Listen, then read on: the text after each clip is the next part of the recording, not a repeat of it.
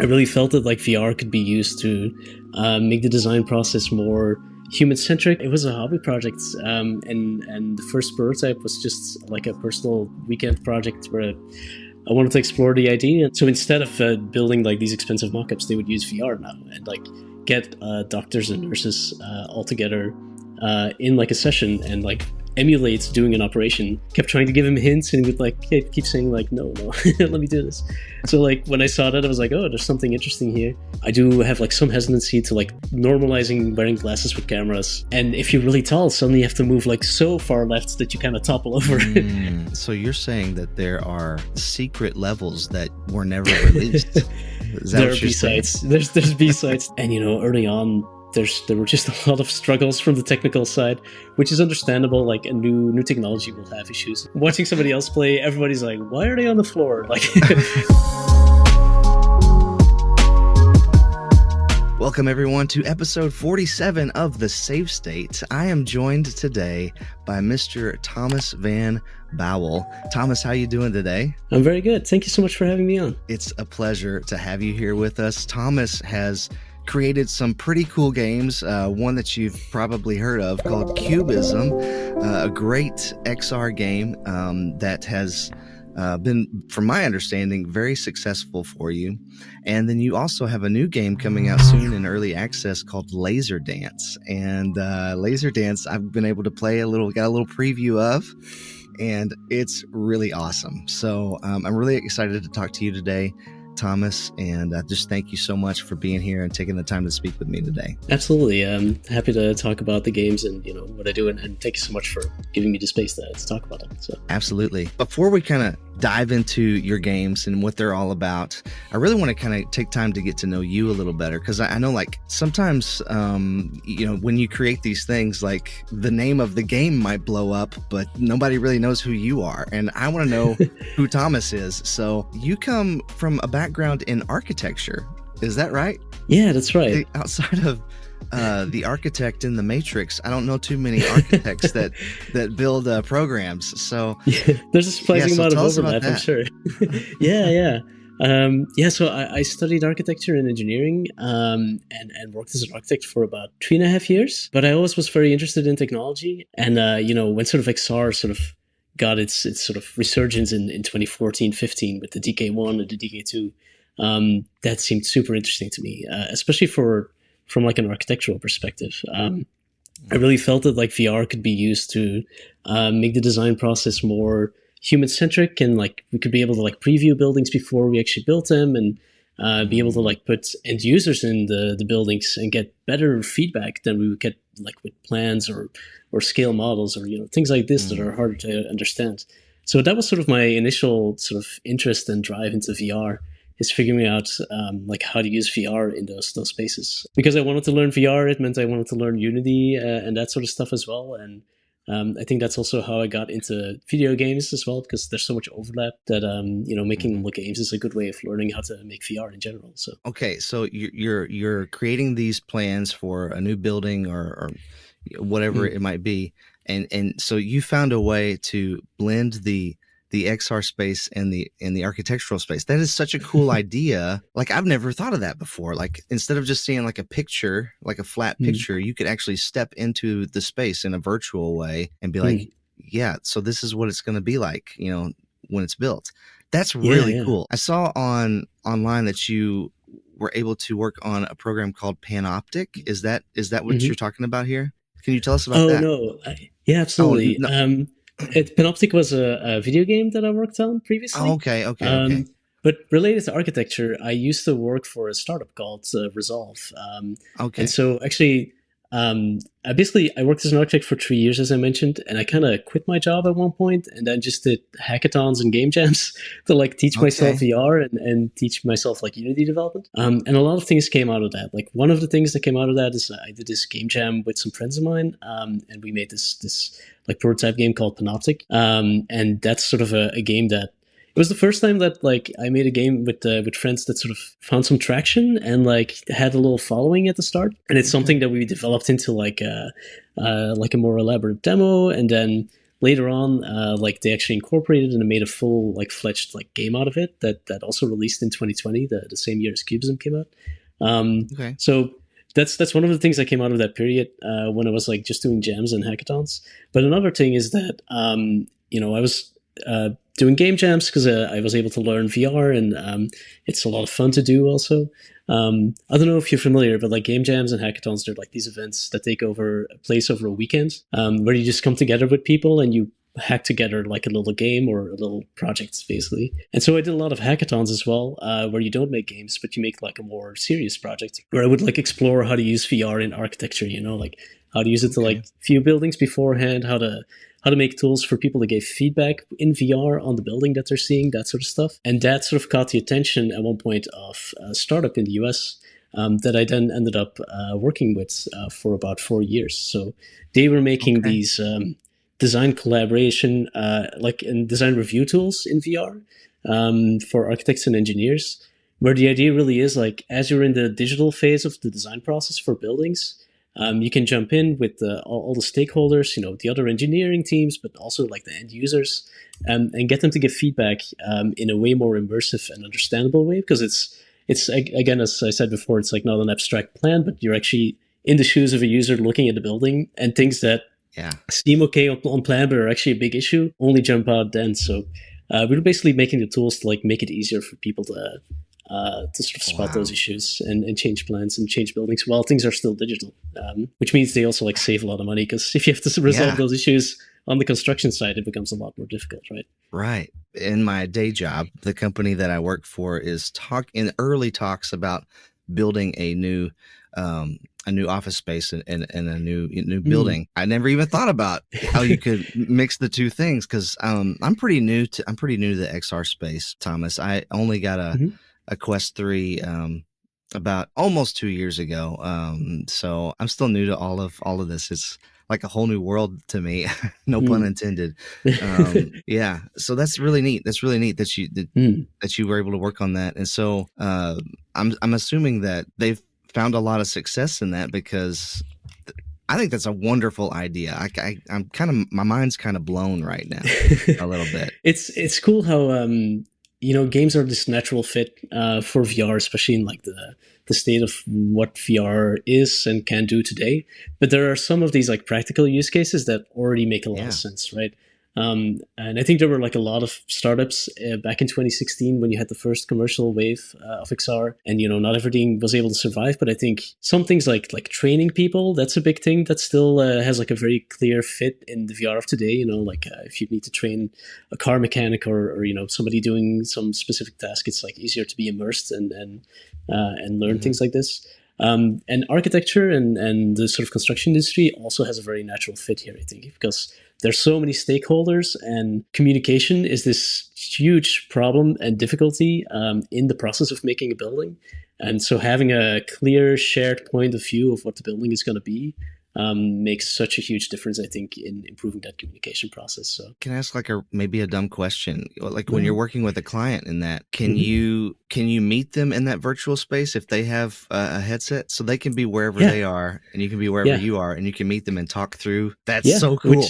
Which is another benefit, right? Like, early on, in maybe the first year and a half that I was there, we would do these little events where we would get like some of our clients to present their buildings to like a general audience, and then we would have 15, 16 people sort of together in a virtual room, like listening to the architect like presenting their project. It's really fun what you can do with that, and especially for some buildings, like some of the early, like some of my favorite clients that we were able to like provide the software for would be these people who would design hospitals and operating rooms, which traditionally like people would make these cardboard mock-ups, like life-size mock-ups, to be able to bring in the doctors and see like, okay, do you have is everything in the right place? Do you have correct lines of sight with like people who are in like the support room next to the operating room? And so instead of building like these expensive mock-ups, they would use VR now and like get doctors and nurses all together in like a session and like emulate doing an operation to see if like, is everything in reach? Is everything like in line of sight? So there's some really cool ways of like getting the end user involved as well, which is something that sometimes would get missed, I think, in the design process. I'm sorry, I have more questions, but were you able, when they were in there, like in this example, were you able to change things on the fly? Like if they're like, this is too Mm-hmm. close, or this is, Yeah, yeah. could you change things right then? This Not did it for the take time? software that we built. Yeah, Okay. I think there might be like other VR tools that exist today that would be better for that. What we ended up like focusing on in the software is communication is a big problem, but another big problem is like the size of the files that construction folks Yeah. deal with, because you have so much information in there, and there's like multiple engineering firms that basically consolidate a lot of their plans in the same like file. Like technical and plumbing and all that stuff. Gotcha. And so being able to just view those has been like a big challenge as well. And Mhm. so by the last few years that I was there, we like had pivoted to like building our own rendering engine that was able to like load in these really massive 3D models and like streamline them. It did mean you couldn't like change things on the fly, but like just being able to view them in VR in a collaborative setting was already like a big win for a lot of Yeah. people. There you go. I didn't even think about all the stuff behind the walls that goes into these things. Yeah. Wow. Okay. Very neat. So at some point you began to pivot away from this architecture space Mm, into the gaming world, right. and you started Cubism, right? And Mm-hmm. this started as one of your like weekend game jams. Is that correct? Kind of, yeah. It was a hobby project, and the first prototype was just like a personal weekend project where I wanted to explore the idea, and I sort of I built like a prototype in 2 days, and then I brought it into the office and like had my colleagues play it. One of my bosses like spent 40 minutes in the demo. There were like just three puzzles, and like when you put all the blocks into the shapes. So the way Cubism works, maybe briefly for your audience, like Oh is yeah. you just have like simple shapes and simple blocks that kind of look like Tetris blocks, and you have to put the blocks into shapes. It's very straightforward, but because the shapes get three dimensional, like having the certain degrees of freedom of your hands to be able to pick up the shapes and the blocks and being able to look around it like helps a lot. And so in this first prototype, I only had three puzzles. And yeah, one of my bosses would spend like 40 minutes to try to solve everything, and I kept trying to give him hints, and he would like keep saying like, no, let me do this. So like when I saw that, I was like, oh, there's something interesting here. And I also put on a video of that prototype online pretty early on to see if like the concept like communicated well enough and translated well Yeah. enough, and there was like enough of a reaction online for me to feel like there's maybe something here, and I could like build this into a project. But so it was a hobby project all the way up to launch. Well, what year was that you started that? Mm-hmm. The first prototype was 2017, and then it was when I had time on the weekends, or when I Right. would have like spare time to spare, I would like work on it. But there would be big gaps in development. But it took me about 3 years to go from that first prototype to the actual thing that launched on Quest. Wow, that's cool. Well, thanks for sticking with it, because Yeah, it turned out really well. It's a really appreciate it. great Thank you. game. In fact, like again, new XR guy here. I think it was about a year ago that I first discovered Cubism. I think it was literally almost exactly a year ago that I first discovered Cubism, and I was about to travel with my family to my parents' house, which is a few hours away, for Thanksgiving, the Thanksgiving holiday. And I remember thinking, I've got to show this to my mom.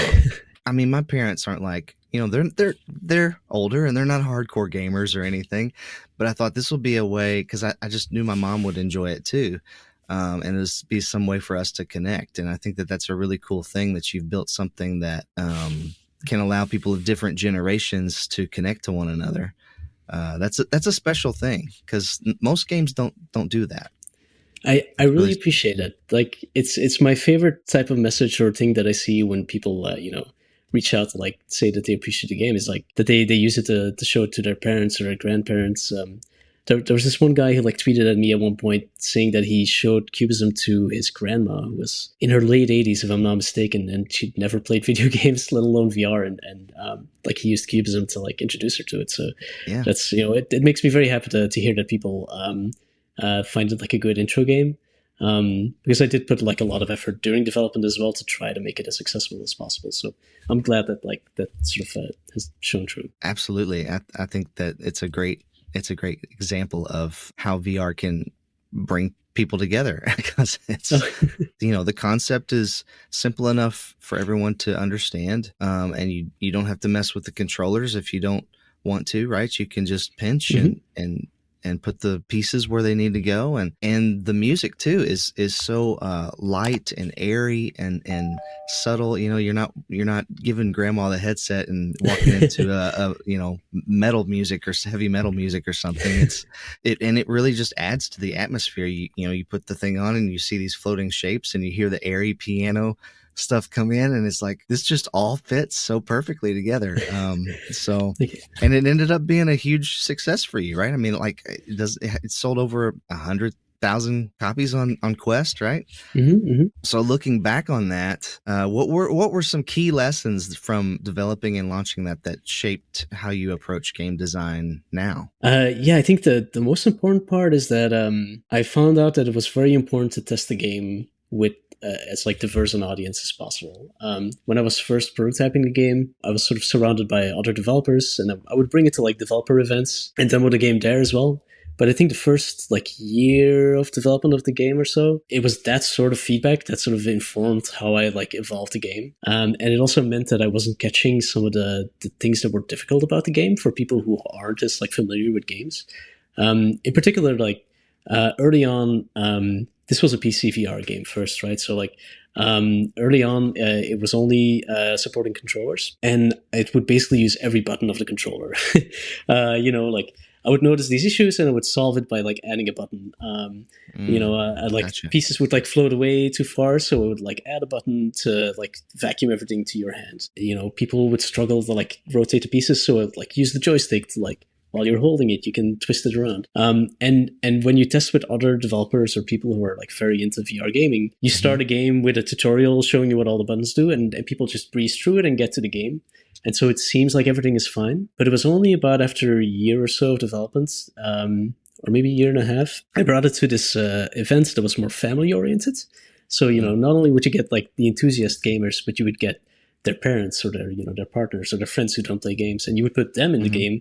And you would suddenly see people struggle enormously with the tutorial, because the controllers you're putting in their hands are some really weird objects. Like if saying joystick means something to me and you, but like it doesn't mean that much to other people who like never hold these things, right? Right. And if you're like, oh yeah, but you have to press the B button, then people are like, Which do you one's mean? the B Where button? is this? Exactly, yeah. Yeah. And so I only realized that way too late. Like, wait, I really needed to test with like this different audience much earlier if I wanted to make a game that is accessible and that can be a good like introduction game.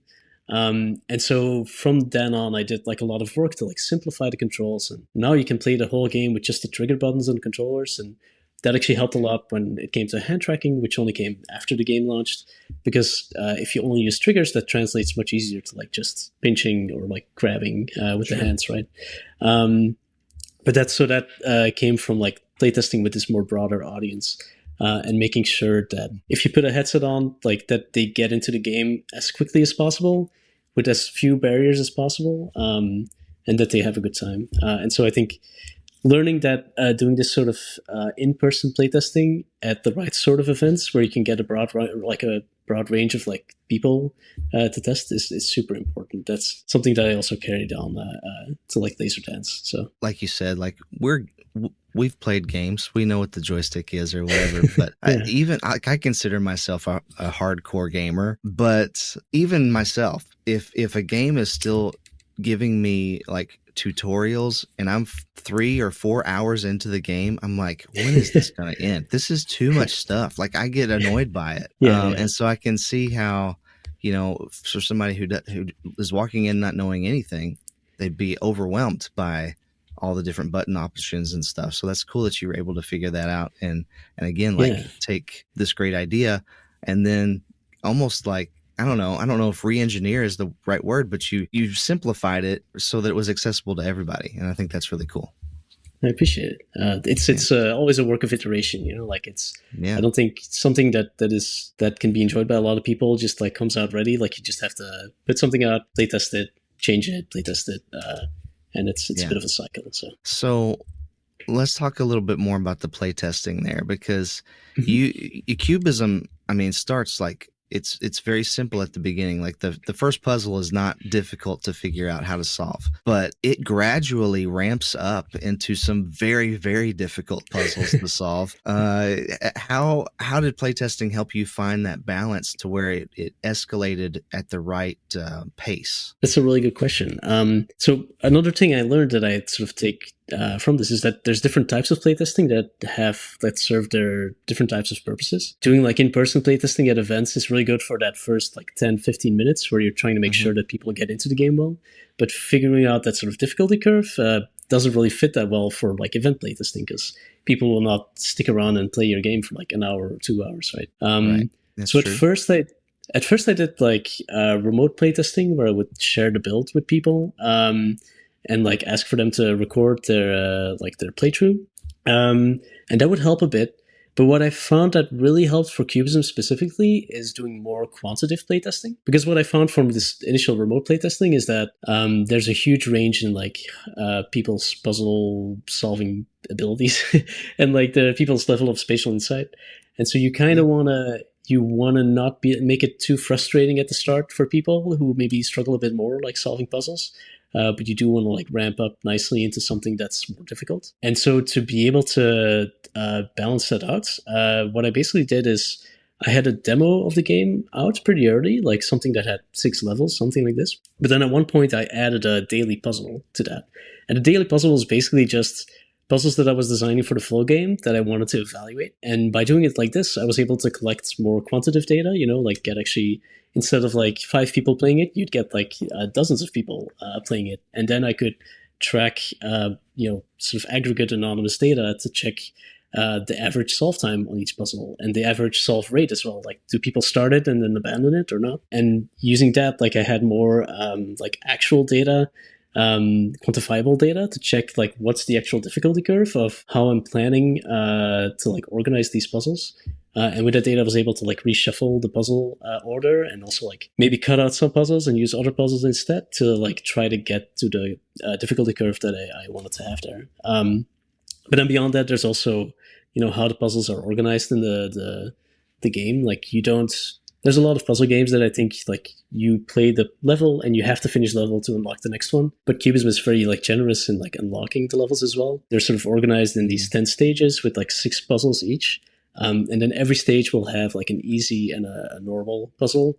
And then the later stages will also have like hard and expert puzzles. But you can unlock everything by just playing the easy and the normal puzzles. So you can still get that sense of like completion and progression without necessarily having to be stuck on a puzzle to be able to continue. So yeah, I did like that about that actually. That if there was one that I was struggling with, I was able to move on if I wanted to a certain degree, or try something else for a while and then go back to that one. I have a couple of follow-up questions there. One is, when you're creating, like, especially those expert levels that are so complex. I mean, some of them are really complex shapes and designs. Did you create the design first and then cut it up into pieces and pull them out? Or did you use the pieces to build the structure? Does that make sense? Yeah, absolutely. It's usually the former. And with that, did your background in architecture play into how you design these puzzles? Maybe, I'm not sure. Like the way that the puzzles usually would start, like it might be worth pointing out, like as I mentioned, there's 10 stages of puzzles. And the way that stages would be organized is that there's some thematic between the shapes of all the puzzles, right? Like the first stage is all flat puzzles, so like 2D, so it's a little less difficult. But then you get stages that are all cubes that are 3x3, and stages that are all like intersecting planes or stuff like this. So the starting point would actually be like some sort of how do you call it? Like a red thread between all the levels in the stage. And so I would start by designing the shape and try to look for something that felt interesting visually, and then I would like fill that in with pieces.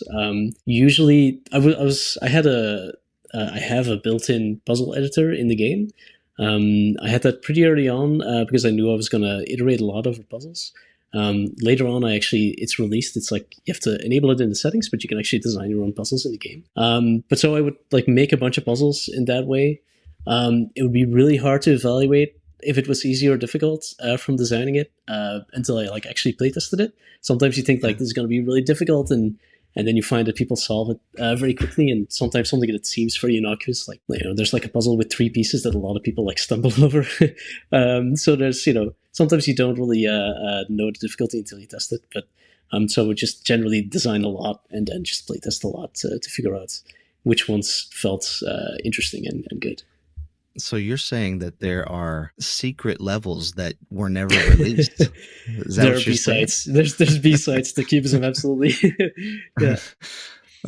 That's cool. Which, funny enough, if you're comfortable with sideloading and using side quests and stuff, there's actually a GitHub page, which is like an online repository for code, but for Cubism as well, where basically the way that a puzzle is defined is this like it's this data format, and it's public, so people can look at how that's structured. And before I published my editor, some people actually use that to like make their own little online editors. But there's also on this GitHub page some of the B-side puzzles. So like if you're like playing all the puzzles in Cubism and looking for more, there's actually some you can download there. You have to like sideload them onto the quests, but some of them are there. So some free DLC through SideQuest. Yeah, exactly. Very nice. One of the other things I loved was the soundtrack. Would you mind to tell me a little bit about the soundtrack and just how? Yeah. Was there evolutions to that, or did that evolve over time, or did you create that? Did you have somebody else come in and help you with that? Like, how did that work? Yeah. So sound came in pretty late in the game. And I think there's like 2 components to it. There's the actual like soundtrack, like when you solve puzzles, and if it takes a while, like there's this pre-recorded piano playlist that will like fade in. And when you like get to the last piece of the puzzle, that like a soundtrack will fade out to like heighten the anticipation of like solving the puzzle. Those are all existing piano pieces that are in the public domain, but that I worked with a pianist, Salia Wong, to record. So I basically I listened to a bunch of classical music, and then especially Robert Schumann had a lot of pieces that I liked. So I basically made like a selection and sent it over to her, and then she would like find the sheet music and then record her own version of it, and we'd like go back and forth a little bit on that. So there's that component, but then there's also the sound design in the game itself, which it's also like centered around the piano. So when you open a puzzle, every puzzle piece is represented by piano notes basically. And so when you solve a puzzle, you hear a chord that is composed of all those puzzle piece notes. And then as you progress through the game and sort of solve the puzzles, all those chords make a sequence that basically forms this song. And after solving a couple of puzzles, there's this button that appears, like a play button, and it'll play through all the puzzles you solved up until one you haven't solved, and then sort of cut off a melodic version of this song. And that's something I composed myself because it was very like tied to the levels themselves.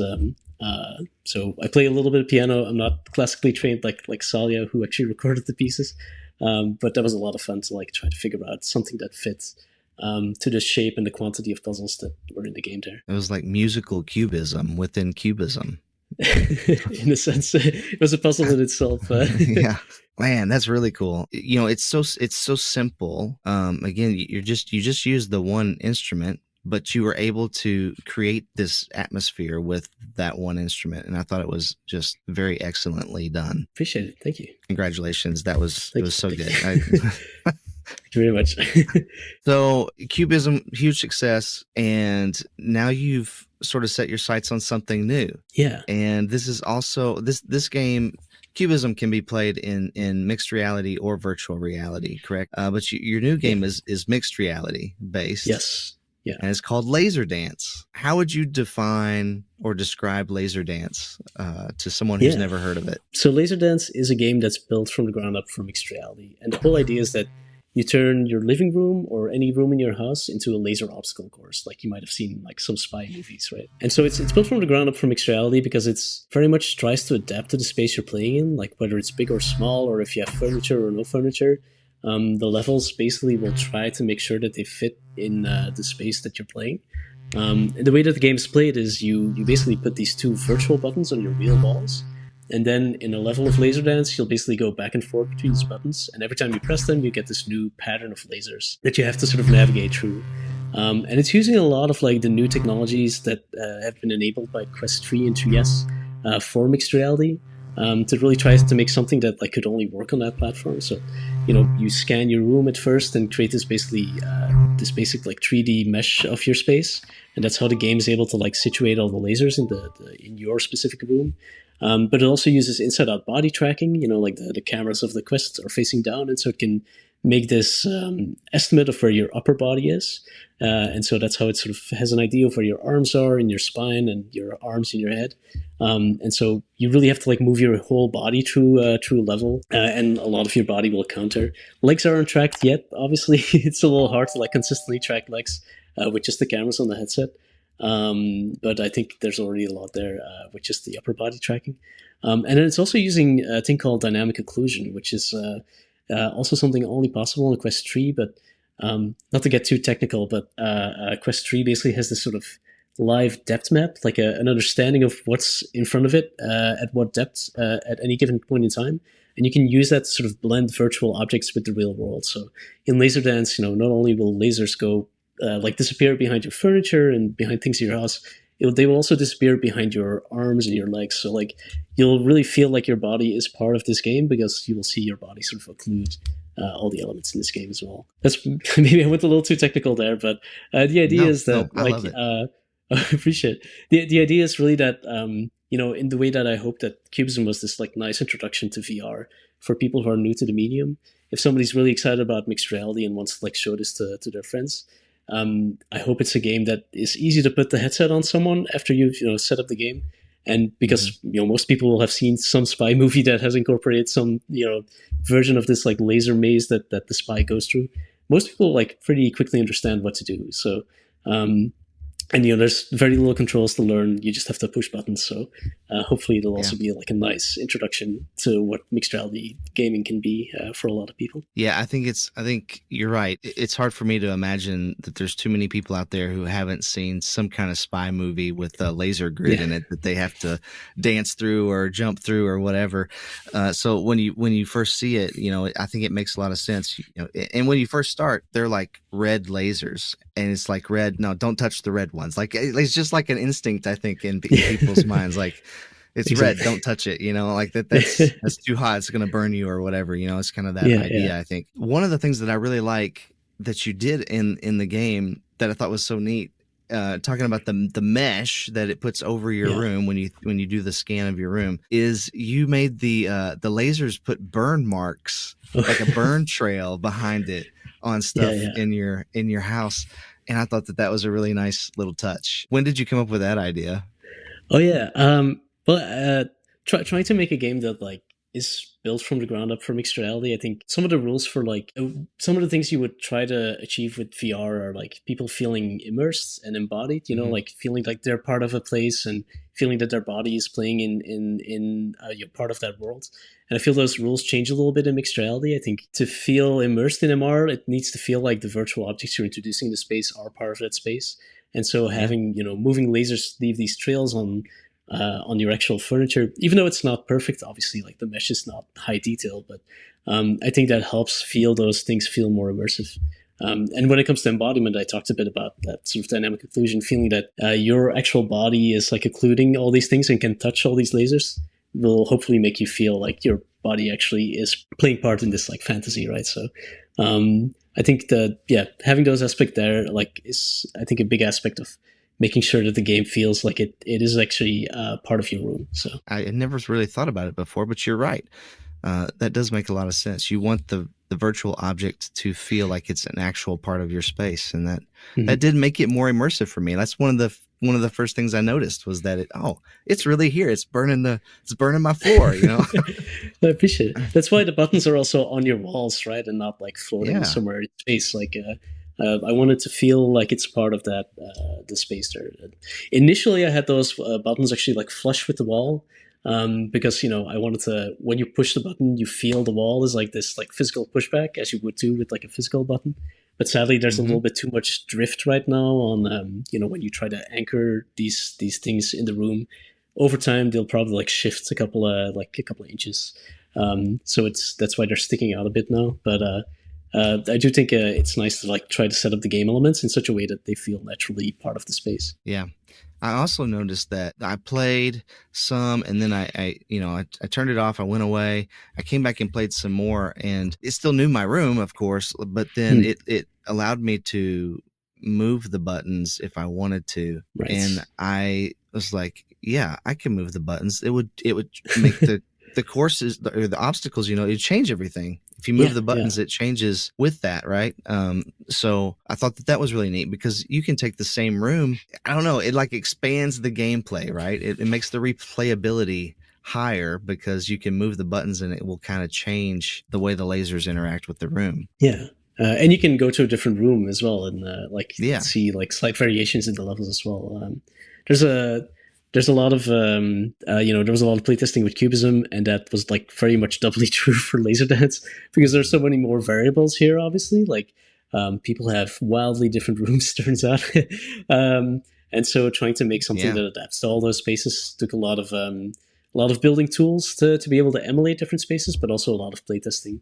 But yeah, so like the size and shape of the room is taken into account, but one of the main driving factors that determines like where all the lasers are going to be is also the shortest path between the two buttons themselves. So not necessarily like in a straight line, but so that's why also like if you move the buttons around, the paths between the buttons will change, and that will influence a lot where the lasers will show up. And you built, speaking of the lasers, there's different kinds of lasers. I thought this was a very intriguing element of the game that you have different laser types, and you have plans to add even more laser types, correct? Yeah, absolutely. So tell me, talk about that because you got red right now. You have red, yellow, and blue. Can you tell us the different what they do, what those do? Yeah, absolutely. So this is also there's 3 stages in. I'm not sure if I mentioned it up top. Laserdance is launching in early access. In this early access version of the game, there will be 3 stages, and each stage introduces a different type of laser, and then has different levels that like explore different like aspects of those lasers. The red ones are static, as you mentioned, so they like they don't move, but like create these patterns in different ways in your room. And you start out with those, like it's a good way to get a sense for like what parts of your body are tracked and like how to move around these things. And then the second stage, you have yellow lasers. So these are moving lasers, and these are the ones that will leave like traces in your furniture and stuff. So those are more about like recognizing patterns of movements and having the rhythm to like go through them. And then the third stage has blue lasers, which sort of blink on and off. And so there's a lot of timing based like challenges to the levels in that stage. And then for the full release, I'm planning one more stage with a new type of laser. But that'll be something for people to find out when that releases. So. All right. Playing it close to the chest. I got you. Yeah. All right. I want to talk about the levels for a second because when the way you have it right now, when you open up like let's say the first section, which is the static lasers, you see that you have is it like 8? 6 levels. Six levels, but it's not really. I mean, it depends on how you want to define level, I guess, because it's not really just one level because you have the 2 buttons on 2 different walls, right? And you have to go from button A to button B, but then you have to go from button B back to button A, and you kind of go back and forth. And every time you hit the button, the lasers change. So kind of in the way that you did Cubism, where it started simple, but it gets harder as you go through a section. You kind of did that with Laserdance as well, I noticed, because it'll start really easy and then it will gradually get much more difficult before you get to that last button press and hit finish and move on to the next thing. That's very much intentional. Like, so the stages are organized per laser type, as I mentioned, but then the levels basically the levels are a sequence of laser patterns that you enable each time you press the button. And the idea is that every level also has like some sort of concept, in the way that Cubism had like stages organized by shapes of puzzles. Here, the levels are organized by this like shapes or pattern types that are sort of organized in the same level, right? So like there's, for the red lasers, there might be a level that is all about, okay, what if you had a tunnel of lasers? And then it starts as a regular tunnel, but then suddenly the tunnel like shifts a little bit, so you have to start leaning left and right as you go through it, and then suddenly the tunnel narrows, so suddenly you have to like start to crawl at one point. There's a level that's all about exploring different types of grids, 3D, three-dimensional grids that start out big and simple, but then start twisting. So you have to like twist your body a little bit more as you go through it. Yeah. And similar with the other laser types, like the levels also just explore these different ideas of like what those lasers can do. And as you go, something else you did in there that I thought was really great. So you beat all the red laser courses, and then you get to the yellow. Well, then it starts with just yellow, but as you go through those levels, you start to mix the red and the yellow.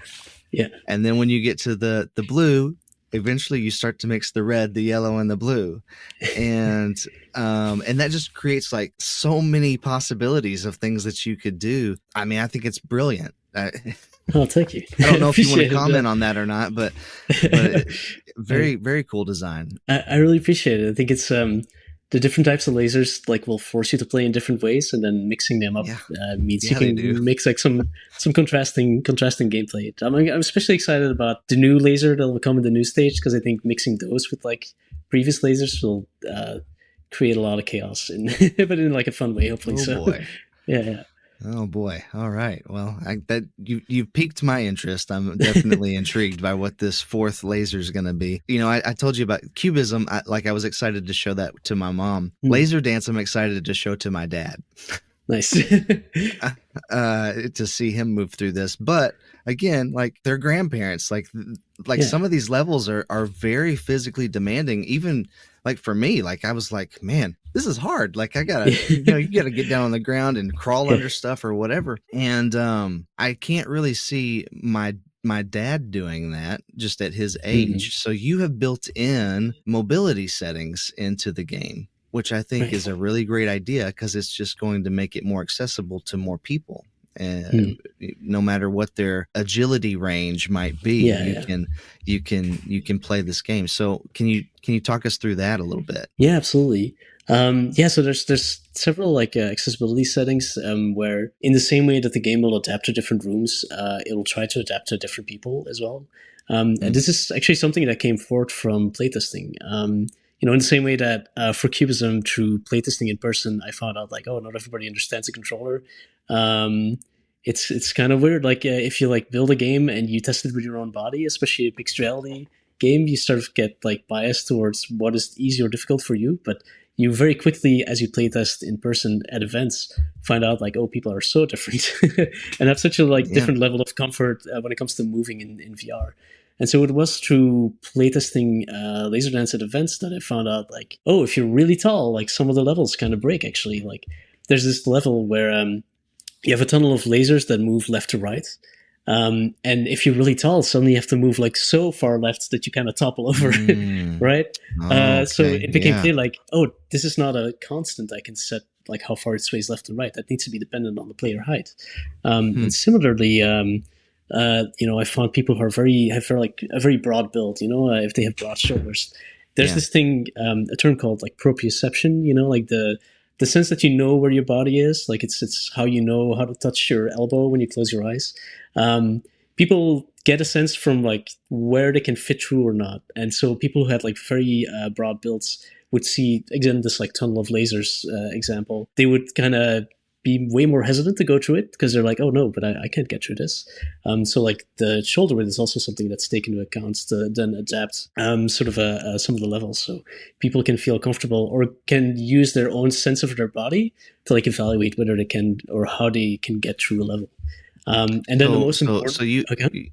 Before you get to the most important one, so what you're saying is you built in a way to adjust your height and then and the width, your shoulder width, so that the lasers adapt to your body type. Exactly. Yeah. Okay, brilliant. And then the most important part is, I think the most useful one is you can set how low you're comfortable going. So by default, Laser Dance is a very active and mobile game where you like crawl on the floor sometimes, or like at least be crouched in some levels. Not everybody can do that, of course. So you can actually set that as a value as well to something that's more comfortable for you, and then the game will adapt to that as well.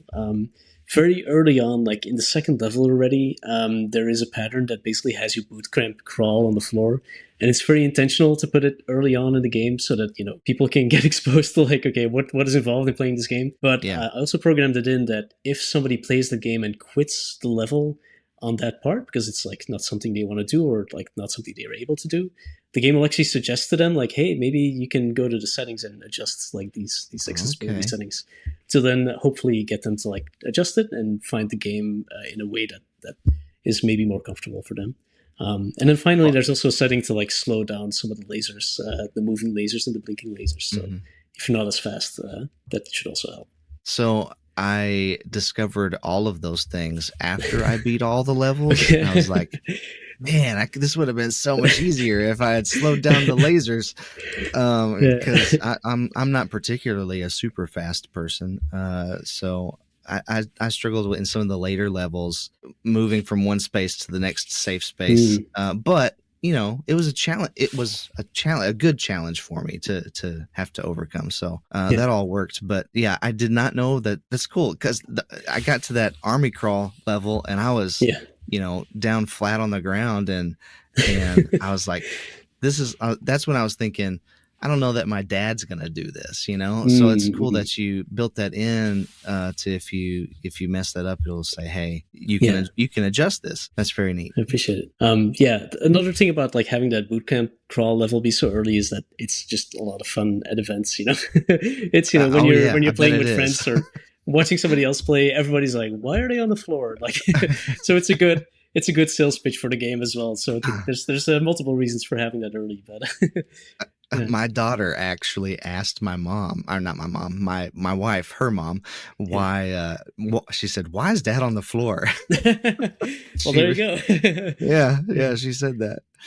The funny thing is, like, actually, from playtesting with at events again, like a lot of kids come up and play, and they seem to really enjoy the game. An early playtest, I saw one kid like innovate on that level as well, because up until then, everybody would like actually bootcamp crawl, but then there was this one kid who like saw that and he just lay down on the ground and started rolling and rolling through and it was super effective, and there were a bunch of kids watching him, and then they like emulated that behavior afterwards. So it's I almost rolled. I threw a couple of them later on, but my space was a little too crowded for me to lay down and roll across. So I didn't do it, but I definitely crossed my mind a couple of times. Nice. I was like, I could roll under this, and which again kind of made me think of like an action movie. Like that's kind of a move that some people would do, Right. Well, that's really awesome. I also laid on my back for that army crawl one, and I scooted through on my back. That's what I did on that one personally. Yeah, I've seen some playtesters do that as well. It feels that much more intense because you're actually seeing the lasers go by. Exactly. Yeah, I can see them all crossing. So for this game, Laser Dance, you've teamed up with a company called Creature. How has that helped you with getting Laser Dance ready for early access? Yeah. Maybe even compared to how you did Cubism. I don't know. Yeah, absolutely. So there's not that many companies that make VR headsets, right? Like Meta is basically the big player in the market here with Quest, and now we're getting Google and Apple like coming in there as well with their headsets, but also approaching it maybe less from a gaming angle and more from like productivity and other use cases. But the fact is that like having a good working relationship with these platforms is like really important to be able to continue making games and like knowing what's coming next and that sort of stuff. And so I work with Creature especially to help me with those aspects. They're not quite like a publisher, but they're kind of like an agent, sort of. They represent both Laserdance and Cubism at this point, and help like make sure that all possible opportunities that could be had at these platforms, we can like seek out. And that's something that I would do myself before. I would go to all the, big game developer events and, talk to people at Meta, all that stuff. That's part of like, I think how I was able to pitch Cubism early on for Quest and for that to be able to come to the store. But it's, it's a job in itself, and it's so much easier to do that with a team like Creature because they they've been themselves in the industry a long time, and it just makes that aspect of the work just that much easier as well. So, and an additional reason why it was great to work with them while I was still developing LaserDance is Creature has basically this label side of the company, but they also have a studio side. And they made their own mixed reality game called Starship Home. And so around the time that Creature was founded, they were also pitching this game. And I was like starting production on LaserDance, basically. And so Starship Home is this mixed reality game where you turn your living room into a spaceship, basically, and then go on like these adventures in space. And like mixed reality was this new medium that, and basically this new set of tools that Meta was putting out there to be able to build mixed reality tools. And early on, there were just a lot of struggles from the technical side, which is understandable. Like a new technology will have issues, and especially it's complex trying to build a game that adapts to any room. But like imagine building the tools that capture all those spaces and that need to capture those like as accurately as possible, and have that work well across like a wide variety of apps. Like there's going to be issues, right? And so like we dealt with similar issues, and it helped for us to be able to sort of team up together to provide better feedback and get better support from Meta as well. So you were able to collaborate in a way that was mutually beneficial. You were able to help each other out with your games and figure out this new technology. I can see how that would be a huge challenge. Can you talk a little bit more about that? Like what were some of the challenges that came up in the development of LaserDance, and how did you overcome those things? Yeah. So one thing that's sort of inherent with mixed reality, and especially, that sort of happened with LaserDance, mostly on account of when I started with it. LaserDance started as this prototype on Quest 2, and Quest 2, it had pass-through video that you could use, but it didn't have any understanding at first of like what the room looked like. So when I built the first prototype of LaserDance, I actually built my own tools to like map out your space. Like you had to like mark off where the walls were and where furniture was, and then it would use that sort of information to then position like the buttons and the lasers and stuff. But then Meta started putting out their own tools, so a lot of effort at first also went to like building my own tools, but also adapting them to like the new SDKs and tools that Meta would put out. And that's there were a few of these steps where going from my own tool set to Meta's tool set, and then going from Quest 2 to Quest 3, where Meta's tool set also was this manual process, but then on Quest 3 you had this sort of scanning process where you get not only sort of walls and furniture, but also this 3D mesh that became available. And there were other tools that became available on Quest 3 as well, like the inside-out body tracking and dynamic occlusion. So it's this challenge of like trying to build a game on a medium that's also evolving super fast. It means that you'll spend a lot of time building tools and adapting your own tools to be able to build the game rather than building the game themselves. But I think that's something that's just kind of inherent to trying to build something on like a very new platform like this. And like at first the game was a Quest 2 game, but it very much became a Quest 3 exclusive game because of all these tools that made a lot of sense for the game that have only like been possible because the technology got so much better. But yeah, so that just added quite a bit of time to the development cycle as well. So there's that aspect, but then the other aspect is that as those tools are new, there's also like new issues and challenges that come up that can like halt development quite a bit. Not to get like too technical, but a big challenge was, so VR games have like historically always had this guardian or boundary, I think it's what they call it now, like this area that you mark off in your space that is like the safe area and clear area that you can play in. And in a VR game, when you get close to that area, it'll like fade back to mixed reality to like make sure you don't like hit a wall or something like this, right? Right. But so early on in mixed reality, you would still have that guardian, but it would be very immersion breaking. Like as soon as you would, because you can already see your room anyway. So if you would get like close to the button in LaserDance, suddenly you would get this sort of barrier appear. And that didn't really work that well. So that actually made it possible to turn that guardian off. But that specifically actually caused a lot of issues that like, for like technical reasons that I don't fully understand myself. But setting up a guardian gave you this like stable anchor point for all the virtual things you would put in a room. And not having the guardian there made it that not only would things like shift a little bit over time, like drift a little bit over time, which is expected, they would sometimes suddenly shift as well, right? You would like set up your room in LaserDance and have all the lasers there, and all of a sudden everything like rotates by 90 degrees or jumps like a meter in the air or like sinks into the ground. So a lot of things that feel like they would never change and be like solid suddenly became like not solid and a lot more difficult to work with. Like in a game that's all about understanding the space and calculating a bunch of positions in space, suddenly you couldn't assume that the floor was always, at zero, let's say. And suddenly you couldn't Mm, assume that the room would like stay tracked and stay in the same position. Like you'd have to take into account that everything could suddenly shift. Meta has like built her own tools to like address those issues, but in the middle of the development process, like having to sort of wrangle really complex issues like that, like also like definitely made the development process more difficult because you would end up building my own tools to like make sure that everything stays stable and end up trying to do the best job possible to handle those issues the best they can when they occur. So yeah, there were some challenges like that, but luckily like those systems also got a lot better and a lot more stable. But yeah, it's also just I think part of the risk of like working with very new technology. So yeah, well, I'm glad to see that despite all those frustrations, you still have your hair. You haven't pulled all of it out yet. yeah, not quite. Yeah. When you encounter those things, and maybe this is a chance for you to share with us a little wisdom, a little life advice when you Mhm. have those challenges and those frustrations.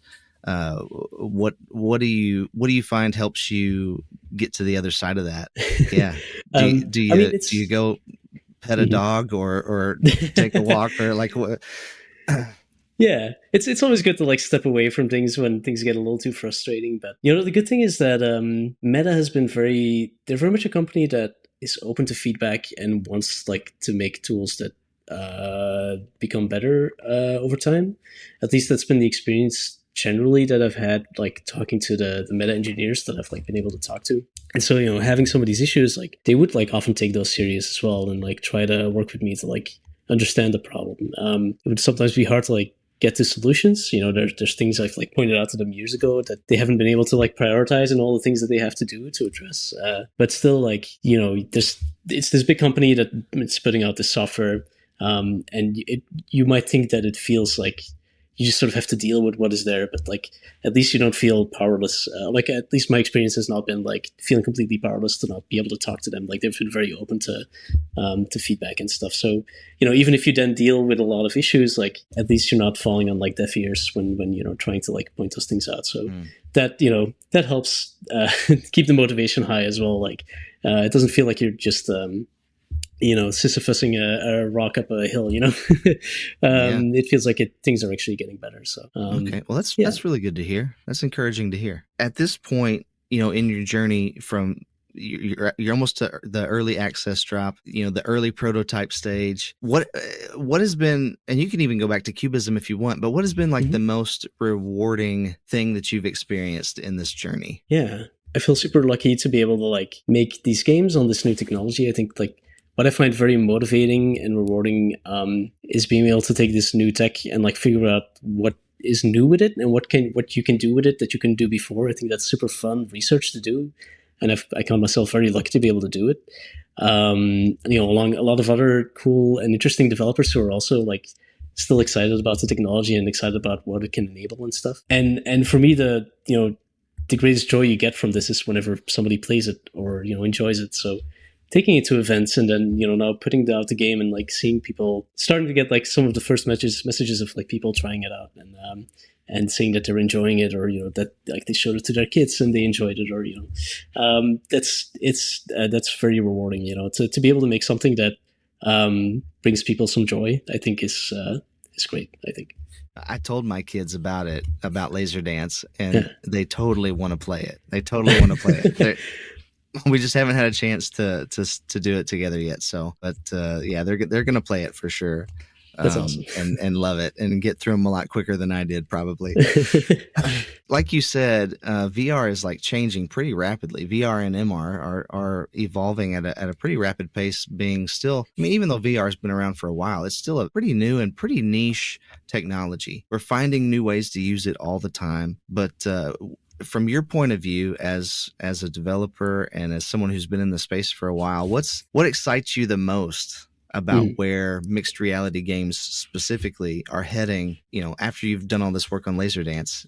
I don't know. What excites you about the space the Yeah, most? yeah. I think just that the headsets are probably going to get better and lighter. So like a lot of the barriers of being able to pull out a headset and play a game of Laser Dance will probably get better over time. Hmm. Specifically, I think right now, like still a bit of a roadblock for the game is like actually having to scan your room, which can be a bit of an arduous process sometimes, and still have like some issues with it, especially if you're scanning multiple spaces on the same device. What I'm very much looking forward to is like future headsets being able to sort of automatically scan and update their scan as you're playing. So if you move a chair to a different part of the room, it can just update the mesh rather than having you first like quit the game and then like scan your room again and then like launch the game again. That right now is a big barrier, but I think that with time, with better technology, they'll get better as well. It's interesting to see these form factors getting smaller as well. It's interesting to see Meta like push from the other end with like smart glasses and things like that. With that, I'm equally excited and also a little cautious in that, I think having a mixed reality is a really fun way to like transform your living room, but you're in the privacy of your own home and like everybody around you like understands what's going on, hopefully. I do have like some hesitancy to like normalizing wearing glasses with cameras out in public too much, So I'm not necessarily that excited, or like I feel like there's a lot of unanswered questions and a Yeah. lot of caution we should have around privacy when it comes to taking this outside of the house as well. But at least I'm excited to see the technology improve and hopefully through like building apps and experiences for it, like that conversation of like how do you build respectfully for it and respectfully towards the user as well is something that can be had as well. So Yeah, there's definitely some privacy concerns with the Meta glasses and where that's yeah. going. And I actually have a pair of Meta Ray Bans, and Mm-hmm. people don't notice. Like they don't notice the camera at first. I wore them for Yeah. like 3 months, and nobody said a word about it. And then Nice. finally, somebody got up close to me one day, and they were like, "Is that a camera?" Yeah, exactly. Of course, I wasn't going around taking pictures and stuff. And right now, No, of it course. Yeah. lights up. It lights up when you take a picture. I was Yeah. more using it to listen to music than anything.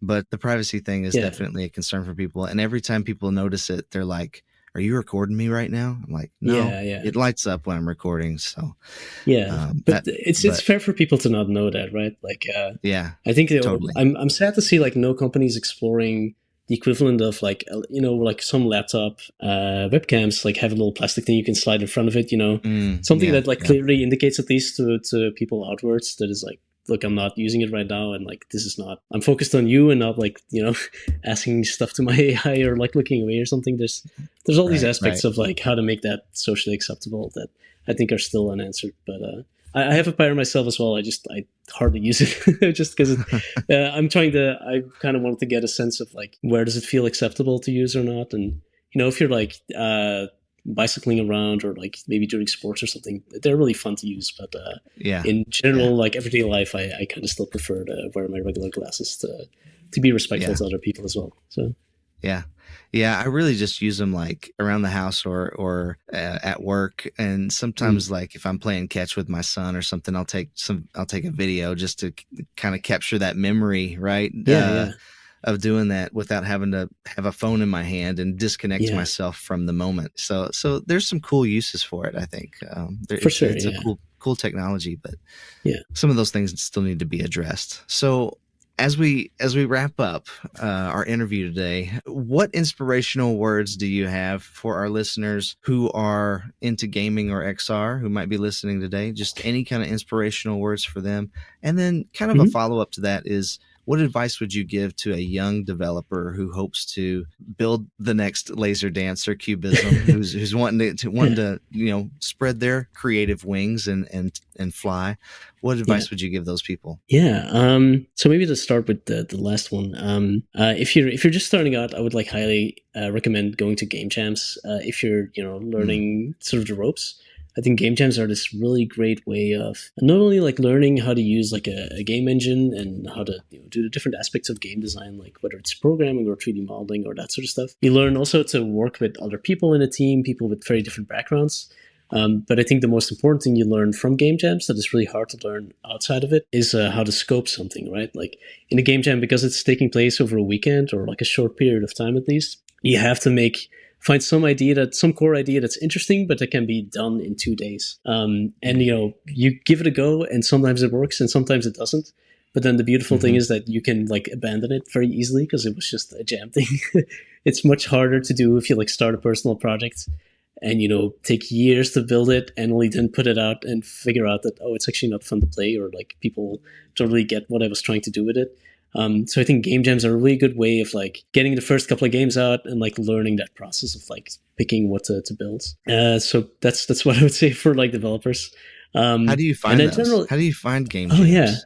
Oh yeah. Sure. Yeah. There's a couple that there's game jams online all the time that happen, but I prefer like in-person game jams where you can like work with other people. There's one that happens in January every year globally. So if you live in like a bigger city or even some smaller cities, like also I think a lot of university towns and stuff, there will be people on site that will like organize a jam site for global game jam. And so there's one team that gets announced on Friday at like different times of the day, depending on where you are in the world.